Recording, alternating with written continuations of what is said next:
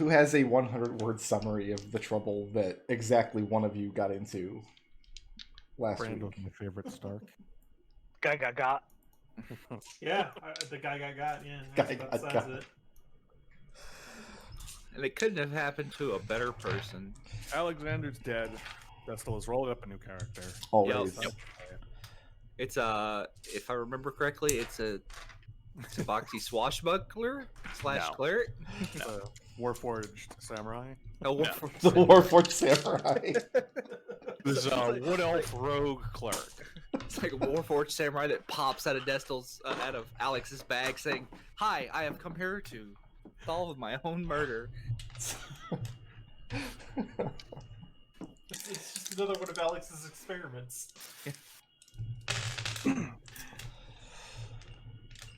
Okay. This is an instance where, like, I like to read the RPG horror stories subreddit, and I'm of the opinion that, like, at least 40 to 50% of these stories are just made up. I just don't believe most of them. But I would just love, like, as a birthday present to me one year, maybe one of you guys could go on that subreddit in a burner account and just tell the story of some of the shit that I've done to you. So people can say it's made up? What? There's video evidence, that's the problem. Like, It's staged. It's all staged. they're reading from scripts. They're all actors. It's like Yeah. I've seen Critical Role. Gordon Ramsay set it all up. My favorite one of those is always going to be the person who is like genuinely asking, "Hey, how do I tell my DM to stop knocking us unconscious and taking our clothes?"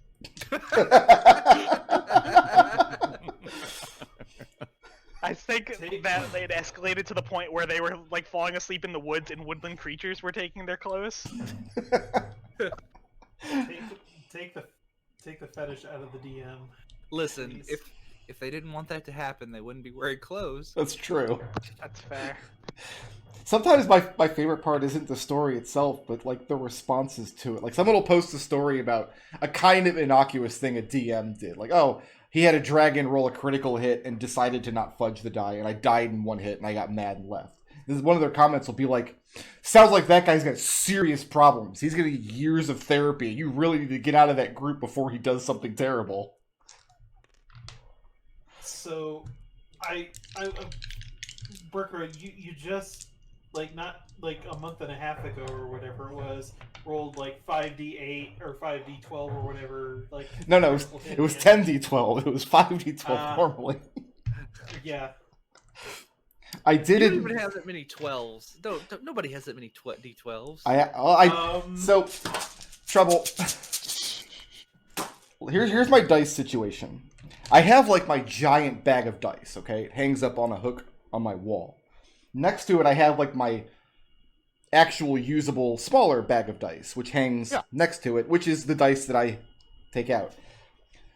The giant bag of dice constitutes about 30% of our total dice volume. Because in the back office, we have the huge Tupperware bucket of dice.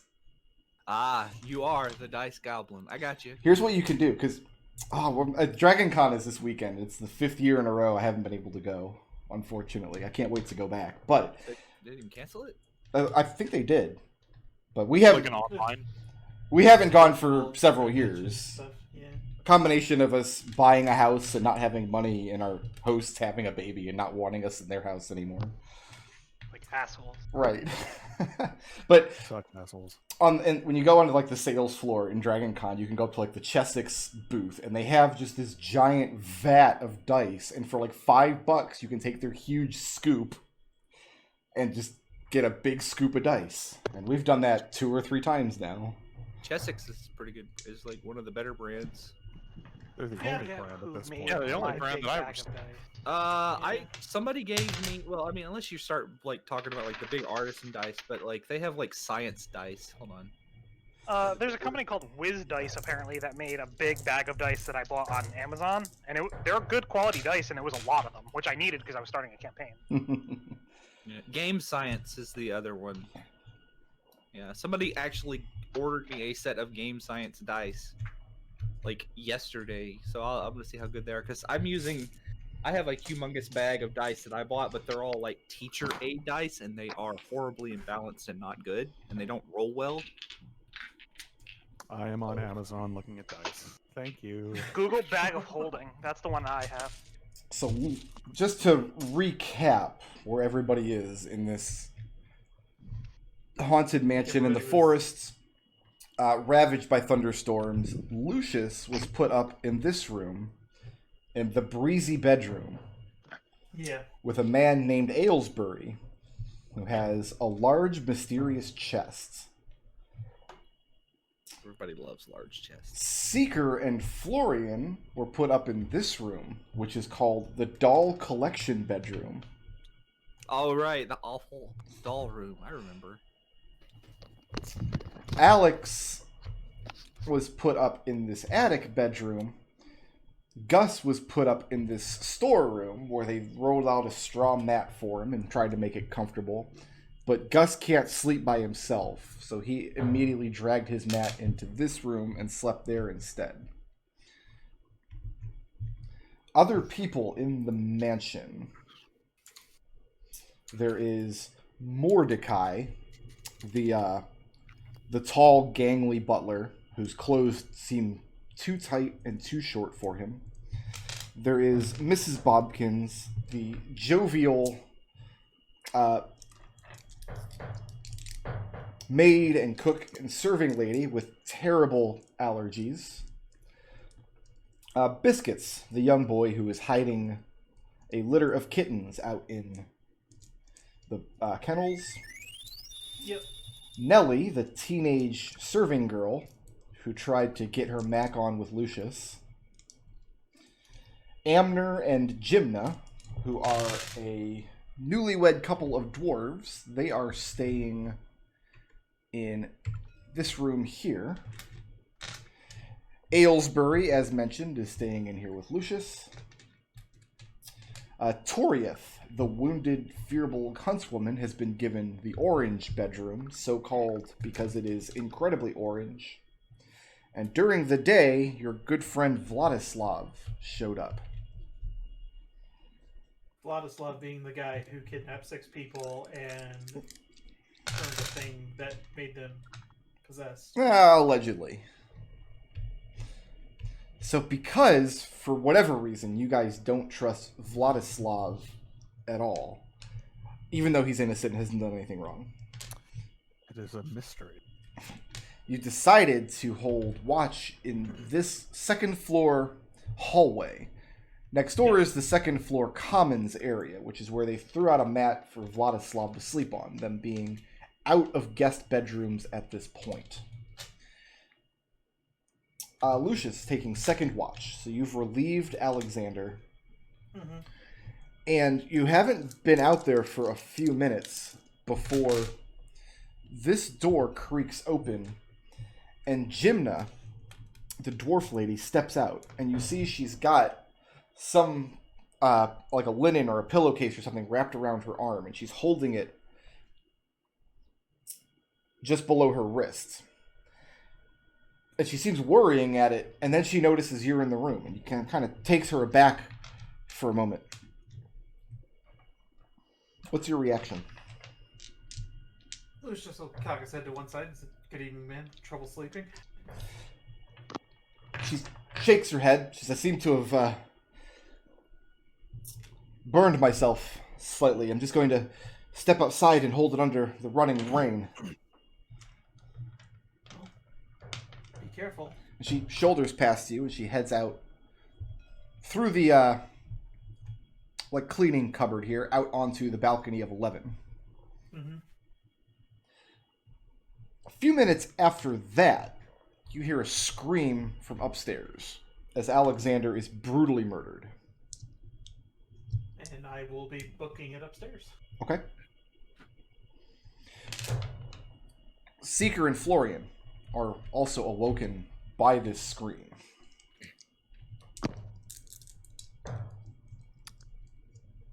I mean, Florian's thought process is, oh my god, Vladislav's killed someone, and starts to hoof it.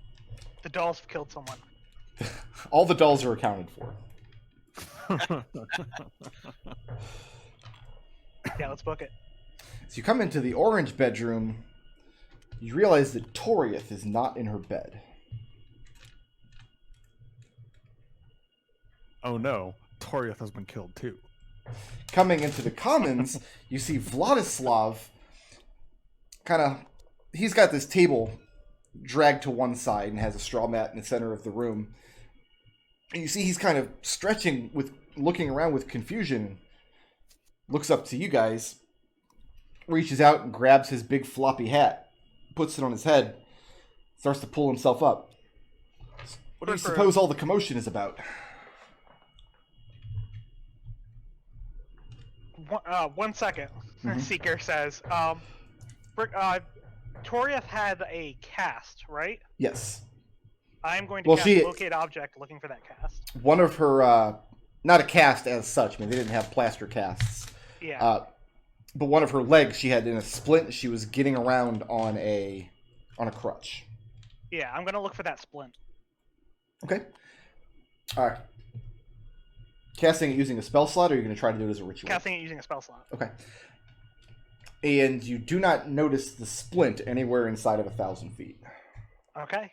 That's very interesting, but at least it means she's probably not a murderer. Vladislav kind of gloms onto you two as you start to leave the room.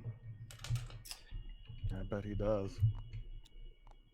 Open the door unless it's locked. That would be up to Gus and Alex. It is locked. So Gus, How you're do you in open the the door? room.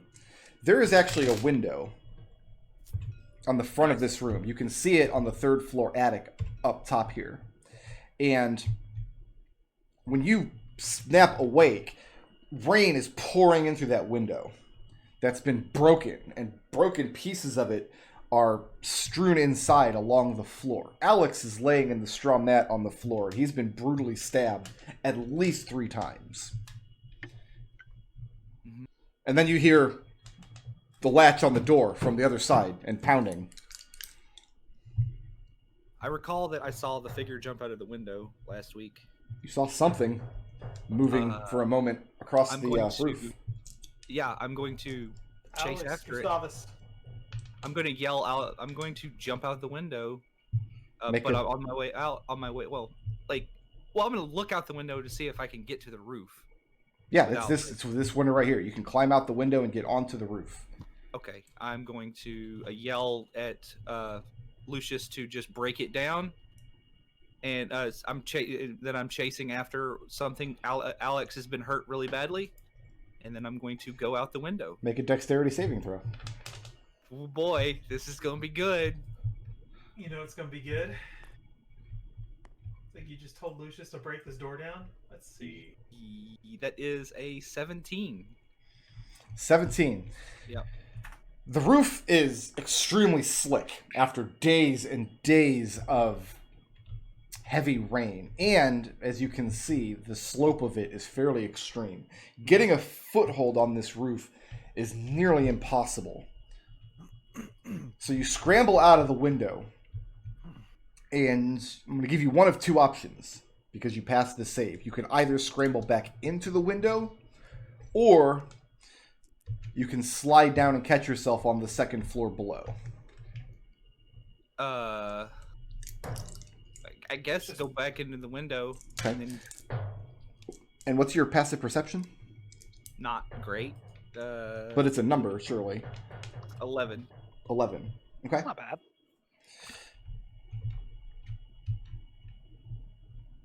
I mean, And at this point, Seeker, Florian, and Vladislav arrive up at the 3rd floor. I'm going to open the door as soon as I get back in. Okay. Lucius is just about to throw his shoulder into the door when you do that. He stumbles into the room. And Lucius looks over at Alexander's body and says, "What happened? Did he?" Somebody came in, See anything? and yes, there was a figure at the window, and it left. I don't know how big the figure was because I don't remember like what you said. It's too dark and rainy and chaotic. You didn't get a good look at it at all. Especially not with a 10 passive perception. checking Alexander's pulse. He is indeed dead. Oh yeah. All right, there's nothing more I can do. Lucius turns to the other two and says, "Nobody leaves this house for any circumstances, right?" And Seeker waves and says, "I'm leaving for a minute." Seeker, where are you going? I'm gonna go outside to see if there's any track. Outside where?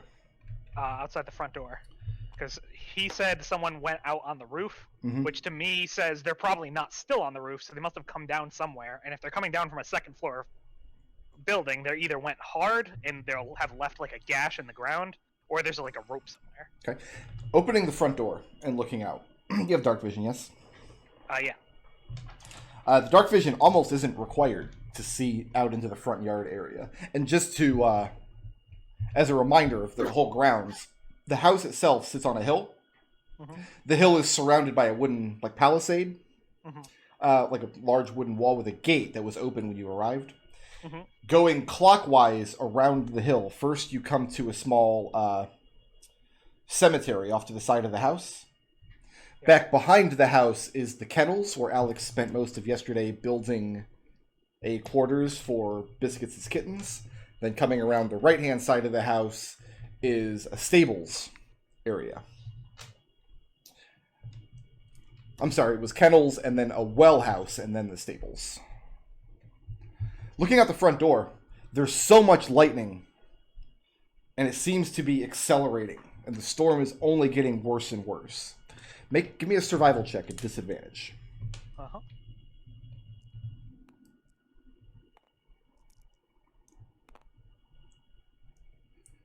That is a 6. Not only do you not, as a cursory glance, not only do you not see any tracks or ropes dangling, any tracks that are made on the grounds at this moment aren't going to survive more than a couple of minutes at best. What are the rest of you doing? I am examining Alex's body. Okay. How many? You said it. Does he look? He was stabbed, or does he look like he was attacked with claws? What? Definitely stabbed. Definitely stabbed. Stabbed and or slashed with knives across the neck and twice in the chest. I'm gonna go. Yes, those are knife wounds. Lucius looks at Vladislav and then to Florian and says, "Vladislav came up with you guys." I can confirm that as we were running the house, Vladislav was in his room. Among the three of you, who has the highest passive insight? I think it's Florian. Mine's a 9. 8. Florian. Yeah. Florian, as you find yourself vouching for Vladislav, you notice the look on his face. He's been very kind of sardonic and aloof with you guys throughout the day. He looks extremely shaken by this.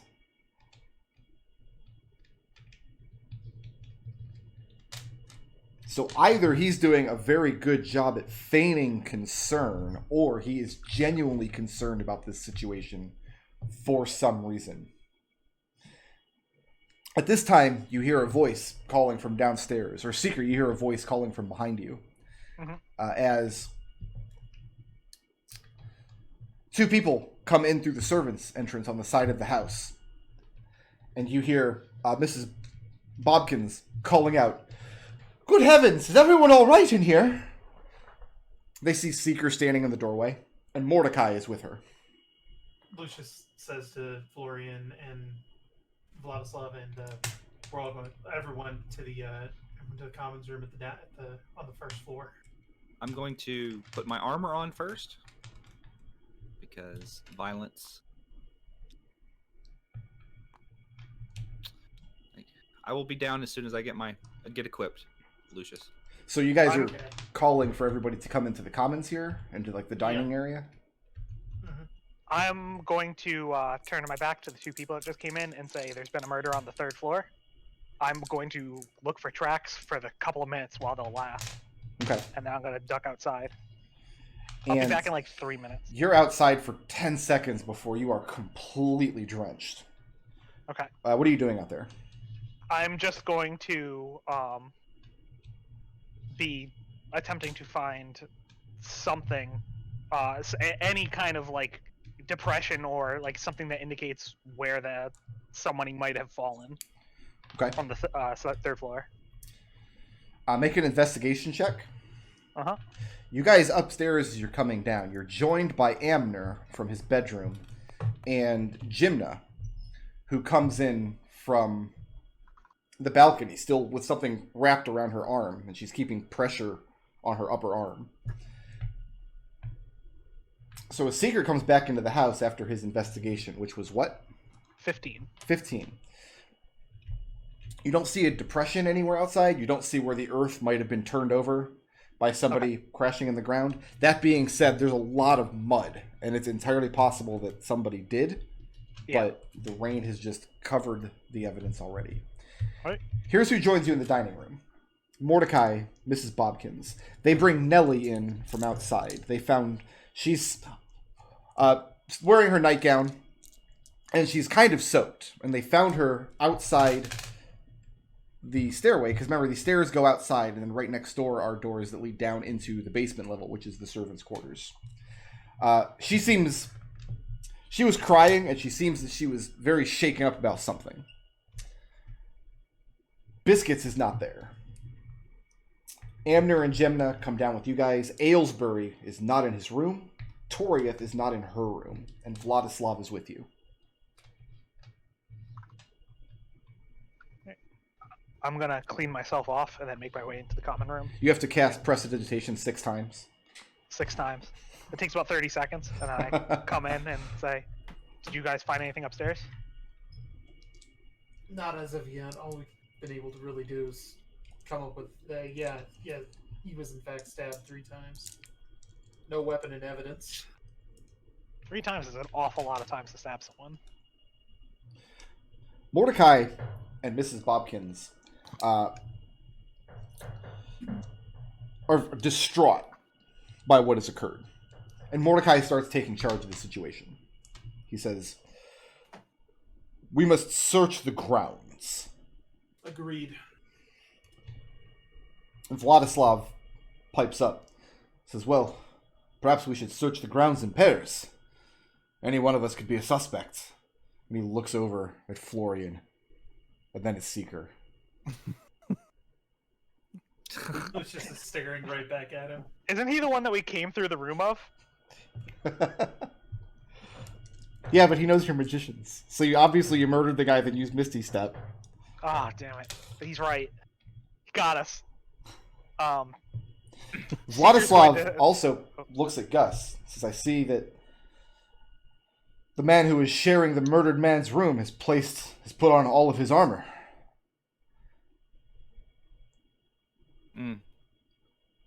Would that you were standing at the ready to defend your ally while he lived.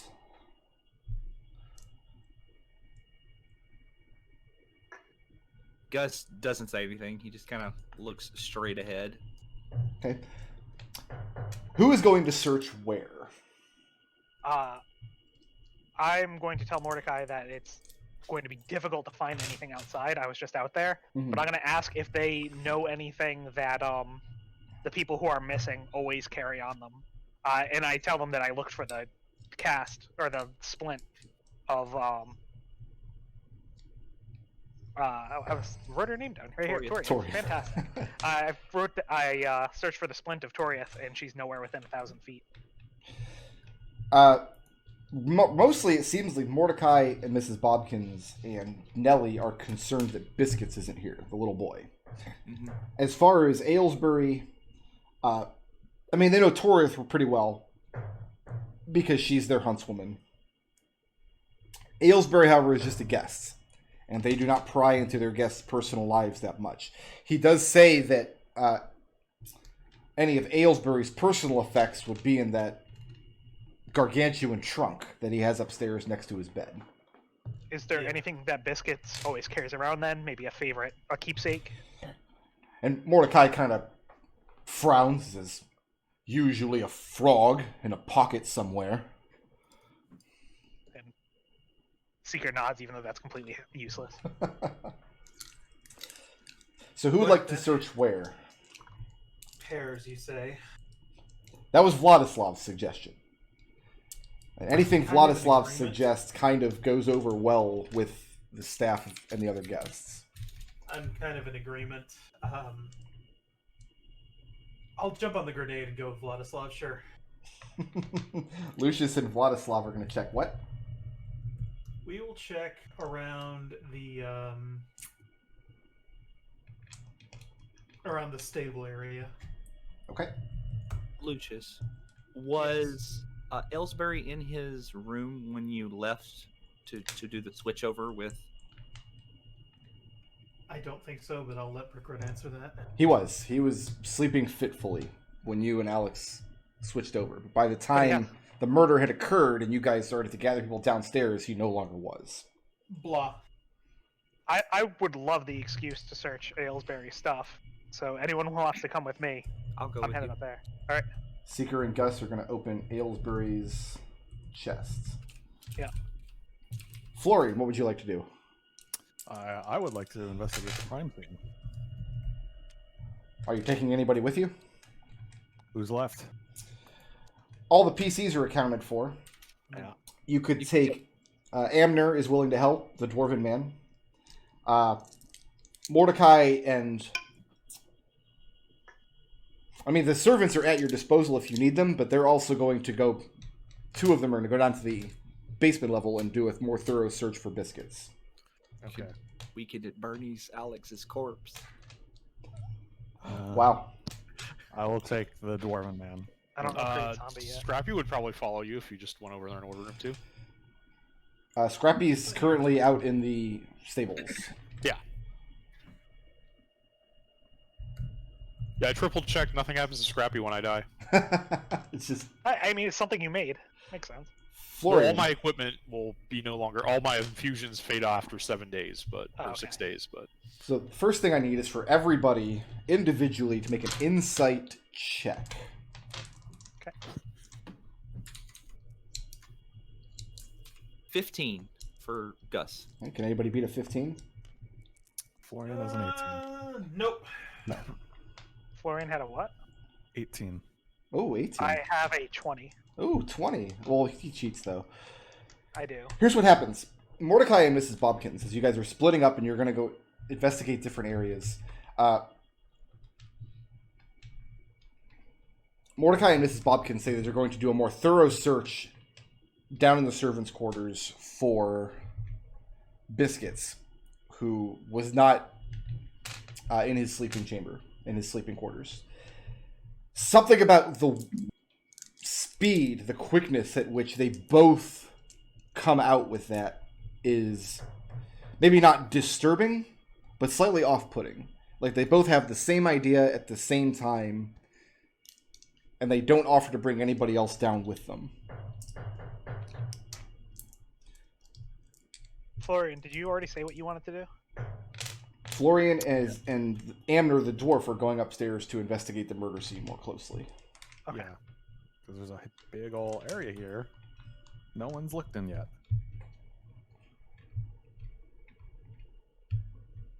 Do you ask Mordecai for the key to those rooms? If they're locked, yes. Yes, they're very locked. Mordecai starts to protest, but after a few moments, Mrs. Bobkins kind of swats him on the chest and says, "Now we can't be everywhere at once, can we?" At which point he relents and gets his giant key ring and takes one of the keys, which all look identical to your eyes, and hands it to you. Cool. I'm going to do my best to be everywhere at once. Okay.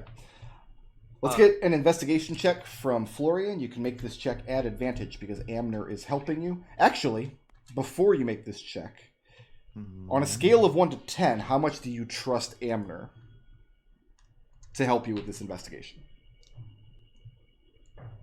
This is not my usual 1 to 10 question. No, it's not. Wow. This is a much different question.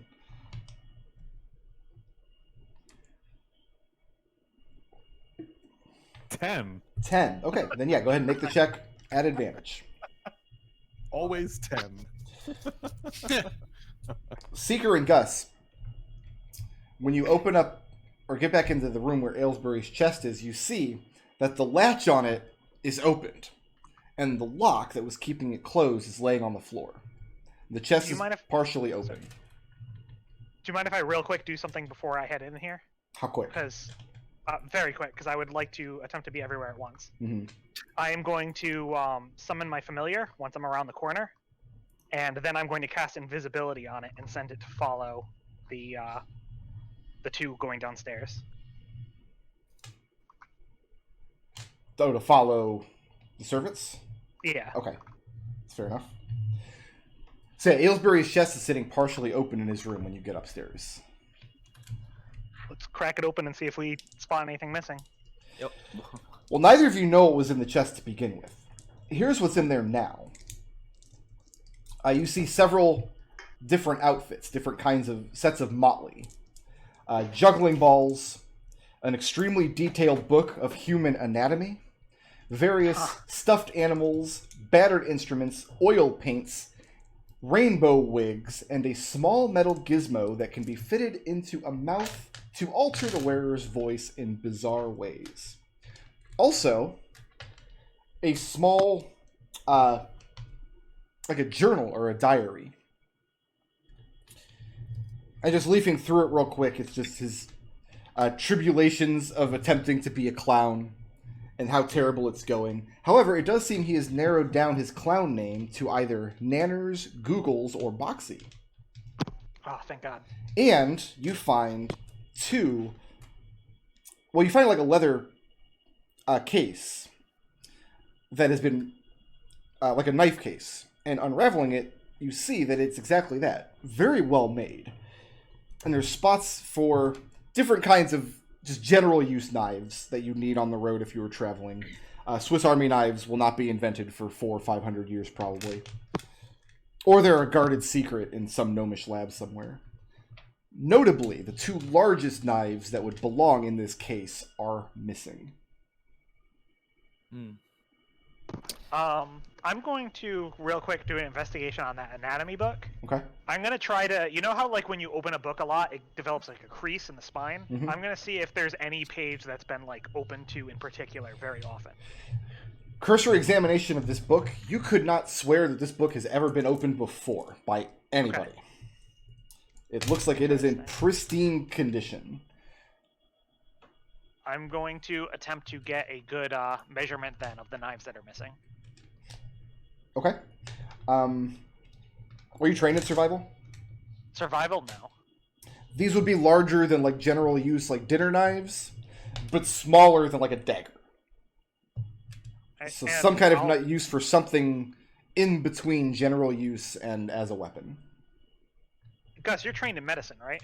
Right. I was about to ask, are these like I don't know. Are they like butcher knives? Or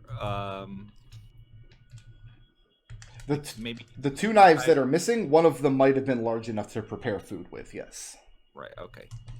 I'm actually going to ask if you think that if we go upstairs, you can match the size to the exit one. Not without the actual knife. You wouldn't be able to make that check. You need to have the knife. Oh, okay. Florian, how'd that investigation check do?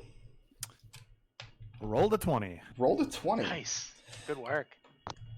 So you see splintered remains of the window on the floor in the room next to the straw mat where Alex lay, which tells you that the window is broken in from the outside.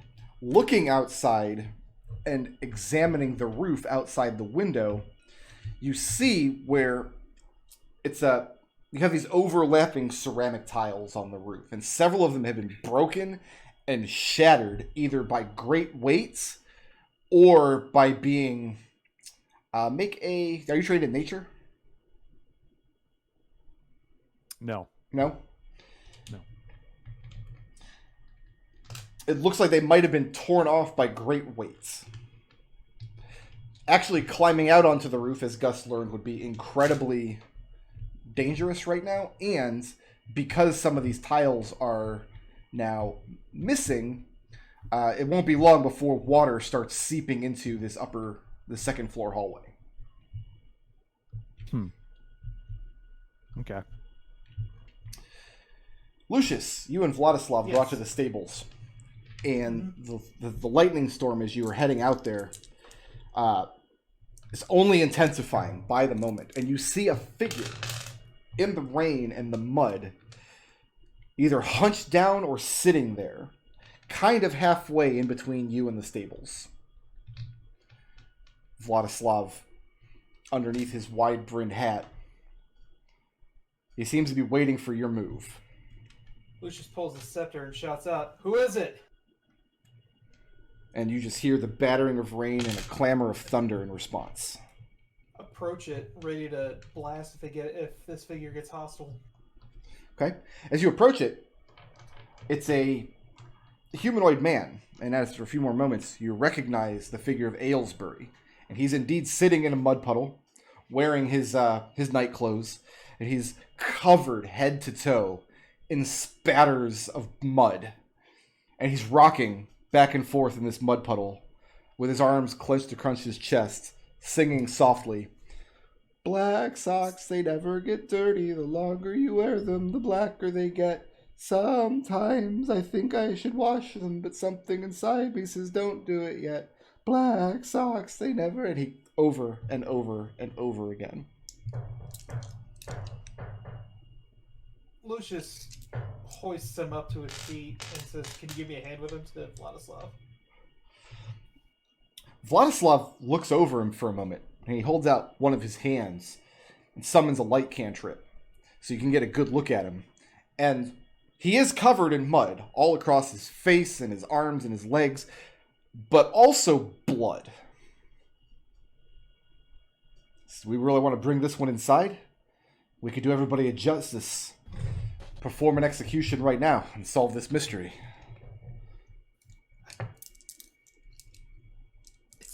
It's very unlikely that this is the whole story. We need to get whatever we can out of this man. Whatever we can. I've heard a great deal about his socks. Yeah, and I mean we've got to press harder. I have a friend one of my friends can take care of this, and Lucius goes to march him back into the house. Okay, and you're marching him back into the house. Seeker had sent your familiar downstairs. Yep. Here is what your familiar sees. Mordecai and Mrs. Bobkins do indeed go downstairs. Nellie stays up in the commons area to assist Jimna with her injury. They go down into the basement level, and they come into room 26 here, which is a dining area. Where is my revealer? Do I have a revealer? I You must. lost it again. It's gone. It's gone forever. There, is this it? Yes, that's it. You found it. Thanks.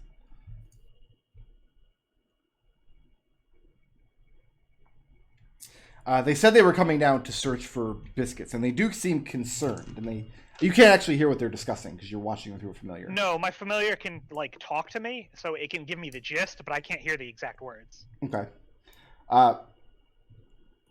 They're definitely not searching for biscuits. They walk in here with some agency, or some urgency rather, into this room, into a barrel, kind of tucked behind the corner.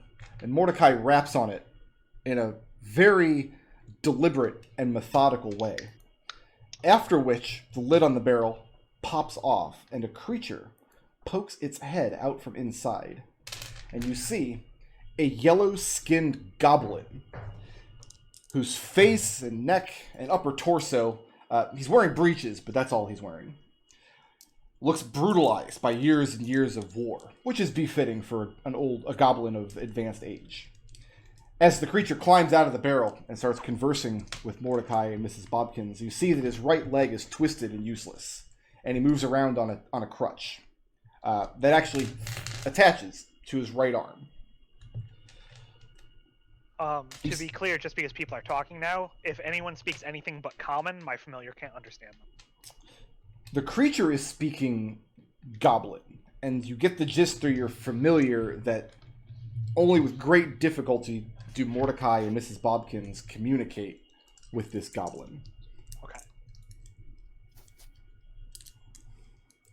And after a few moments of conversing back and forth, the three of them head up the stairs.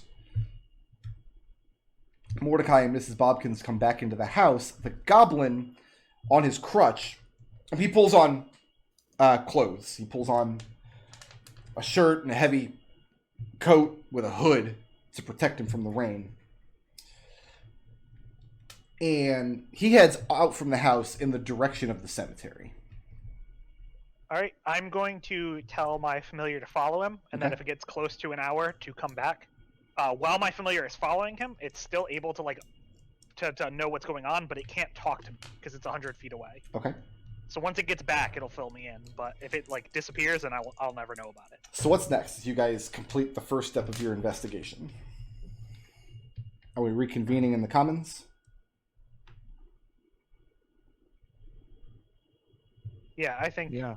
coming think back so. and talking about what we found is a good idea. What's Aylesbury's state like when he comes back into the house? Black socks, they never get dirty. The longer you wear them, the blacker they get. Now you get him inside in the light, though. It's clear that he's not injured. He's covered in something else's blood. I hope this isn't Alex's blood. No, Yes, I did that. you did, and I hate you. I love you, Treble. I mean, do you test it for consistency? Do you lick it? Does it even taste like Alex? All right, somebody lick the money clown. Is it acid? And I don't know if we No, we have a we have a thing detector, right? And then I'll point at Seeker. We just put him right next to the crazy man and tell him to see if look for the nearest source of Alex's blood. Nah, it's not. It's Secret. I've tried that before. It's too vague. But I can. Can't get into his mind. That's the plan. I'm going Yeah. to first cast Mage Armor on myself Okay. because I'm about to get that spell slot back for free, Yep. and then I am going to cast Detect Thoughts on him. And his surface thoughts, the man's gone. There's nothing there. It's just black socks all the way down. The surface thoughts are something very recently has happened that has been so extreme and so traumatic that his brain packed its bags and left. All right, let's break in. His state is more or less catatonic. And so what direction are we going as you break further in? All right, I'm going to try to figure out what he saw. And he has a memory very recently of having bad stomach trouble and being very self-conscious and not wanting to fill the chamber pot in his bedroom with the horrors of his bowels while another man was sleeping in there. And he stole out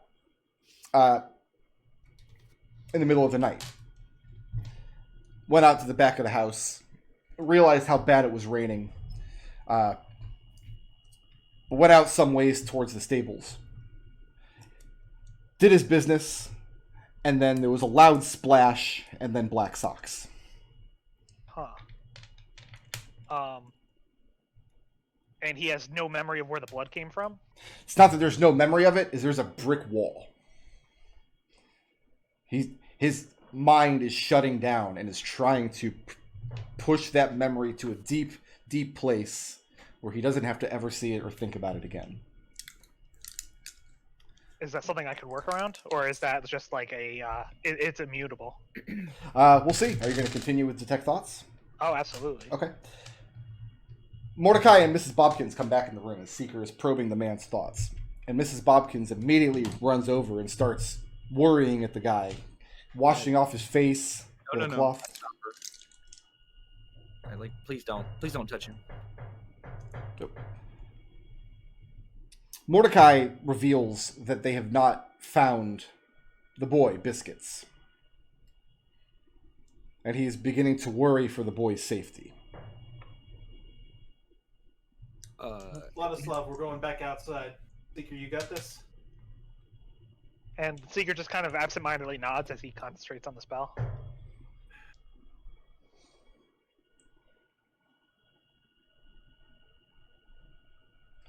How are you and Vladislav leaving, Lucius? Front door. I think we're gonna go toward the kennels because that's where he usually likes to. The boy likes to hang out. Opening the front door, there's a peal of lightning, which illuminates a figure standing there, coming in from outside. And looking at it in the moment, you realize it's Toriath, the Firbolg woman, beating the mud off her boots on the front landing.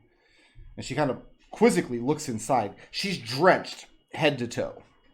And her lower parts of her body are quite filthy indeed, as though she's been trudging around the woods outside. Her crutch is currently leaned up against the side wall, and she's got one of her boots off and is emptying the water and mud and dirt out of it, beating it against one of the handrails. And she sees the illumination inside, and everybody gathered looks around. What's happened? It's been a murder. We're trying to get everyone together. Instead, go inside. Stay in the common area. Make a perception check, Lucius. Let's see if you roll better than Vladislav did. Not really. It's a 6. A 6? Okay.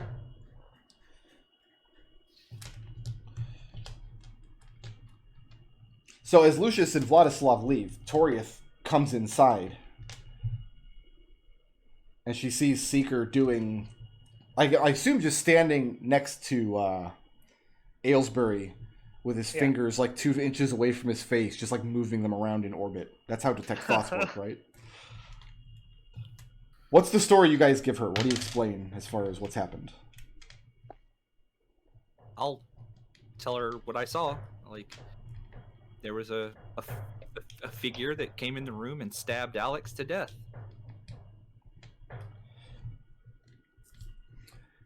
We are currently looking for his murderer so that I might murder them back. And at that, Seeker will mumble, Toriath was pretty far away at the time, it wasn't her. Lucius and Vladislav.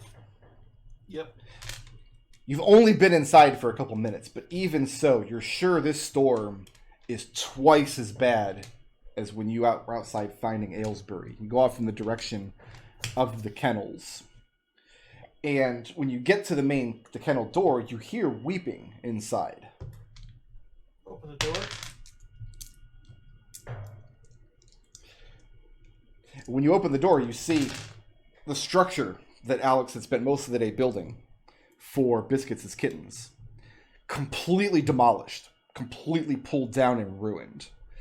Biscuits is kneeling in front of it, again, covered, wet, head to toe, covered in mud, and you see his arms also a considerable amount of blood.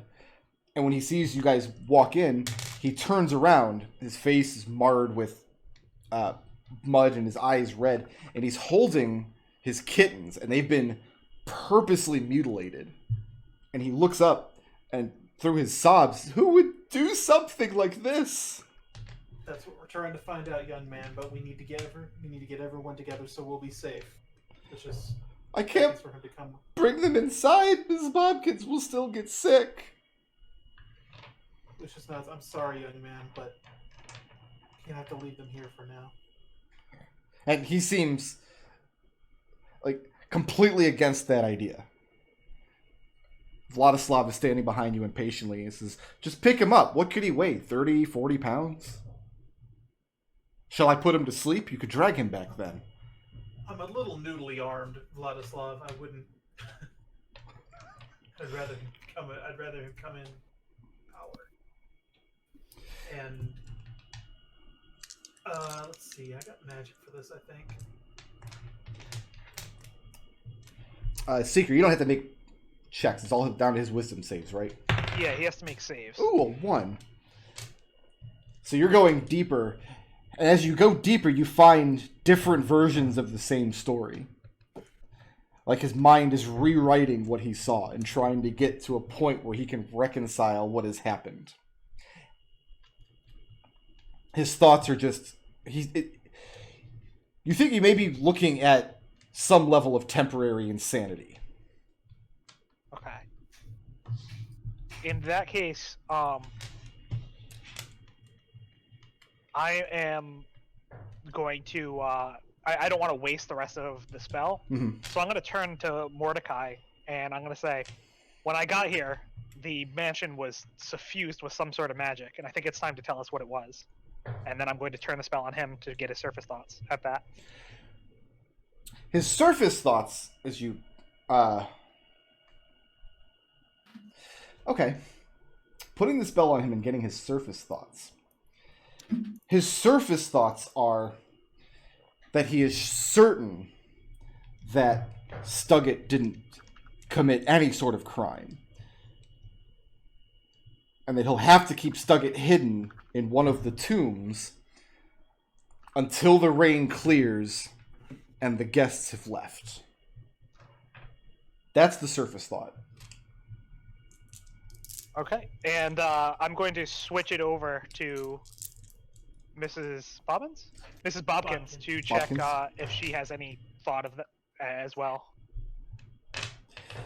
Very similar. Okay. Although she's more thinking along... her surface thoughts are that it would be impossible to explain Stuggett's appearance here. Yeah. And so this is kind of a routine thing that they do sometimes with guests. Is Stuggett has a place out in the tomb where he's able to hide for some period of time so he's not discovered.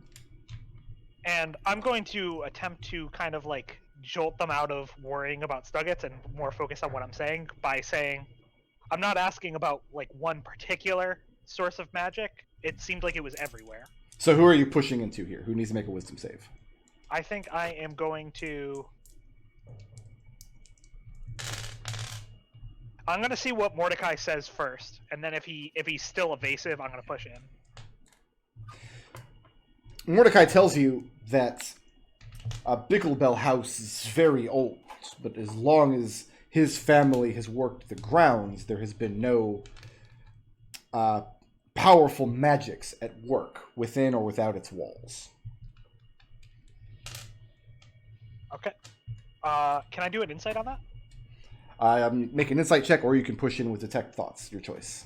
I'll make an insight check first, because if I push in, he's going to know I'm doing it. Do one or the other. Oh. I think I'll just make an insight check. Okay. I'd rather keep him happy for now. Now, Mordecai's never happy. I'd rather keep him neutral for now.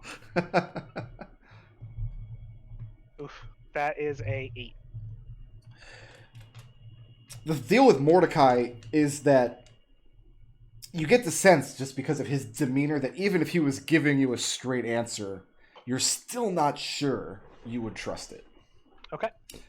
At that point, Lucius and Vladislav have brought Biscuits back into the house. And to help coax him back inside, Lucius says, once the weather clears, I will help you give your pets a proper burial. Okay. Vladislav makes a comment along the lines of, oh, you'll bury the cats before you bury your friend.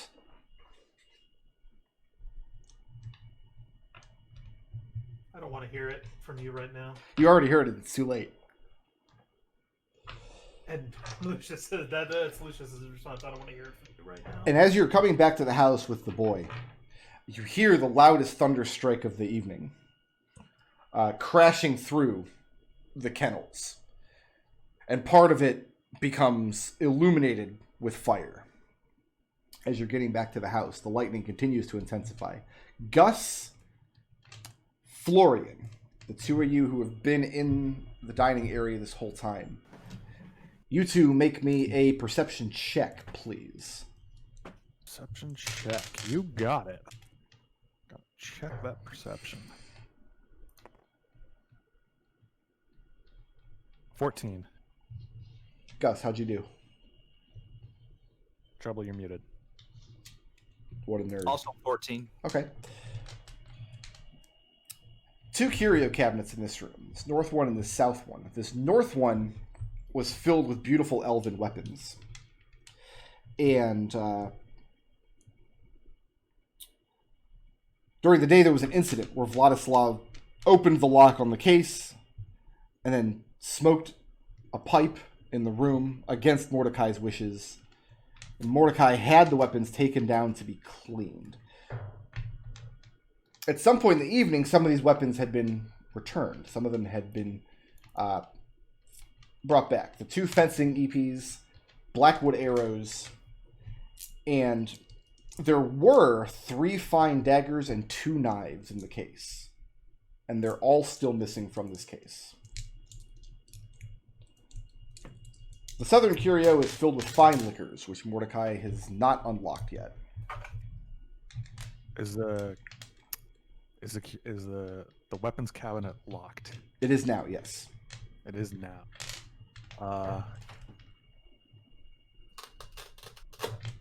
Florian verbalizes that because Mordecai's still in the right. He's with you, and you have to verbalize it twice because the first time you say it, your voice is drowned out by the thunder outside.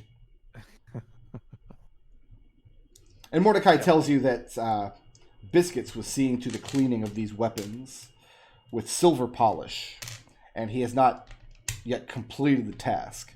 He's a lazy boy, sometimes.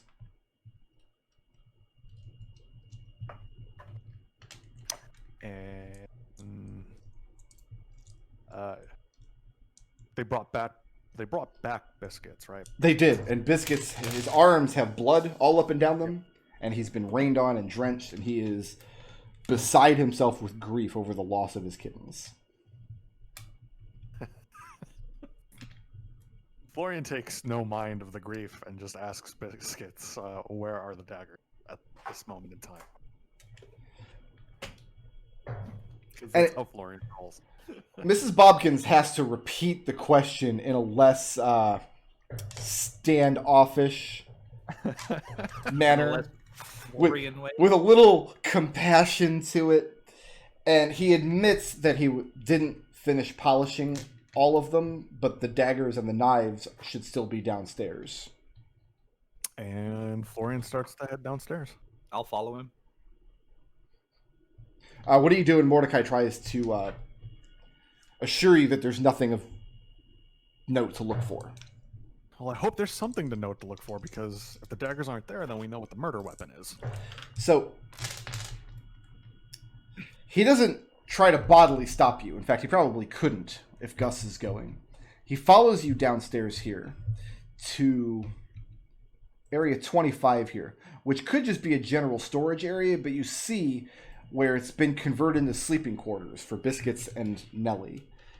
And there is indeed a small table with some polish and some rags, and the 2 knives are laying on it, and 1 of the fine daggers, but 2 of them are missing.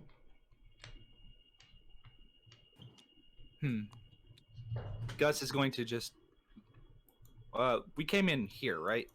Yes, you came down these stairs into 24, then came around this corner, which is where Nellie and Biscuits sleep. Is this a door? Is what a door? This, right here. Yes. Okay. Seeker, do you tell anybody about this goblin? No. All the goblin does is goes over to the cemetery area. There is the oldest structure in the cemetery, which has, I don't know, maybe a dozen or so plots around. But the oldest structure is like a mortuary that looks like big enough to hold 2 corpses. And the door looks sealed from the outside, but Stuggett is able to find a secret clasp and open up just enough for him to slip inside, and then close it from the inside. Yeah, Seeker thinks the goblin is a red herring, so he's not going to distract the others with it. I need everybody to make a wisdom saving throw at disadvantage. Oh. All right. Is it against magic or a spell? It is against the most magic. Is it a charm effect? No. Okay. All right. Lucius rolled a 1. I rolled 7 minus 2, so 5. Who has? I almost rolled a 1 and then it rolled over. I got a 19. So is anybody beat the 19? Scrappy gets a 4. Seeker. The first one you notice is Aylesbury. You notice his singing has stopped. And he's kind of slumped forward in his chair. He's still breathing, but he's kind of hanging there, limp. And then one by one, the other people standing in the room start falling to the ground in slumber. And as this is happening, the lightning outside is getting more and more violent and extreme, to the point where all of the windows are almost illuminated by a steady lights from the flashes.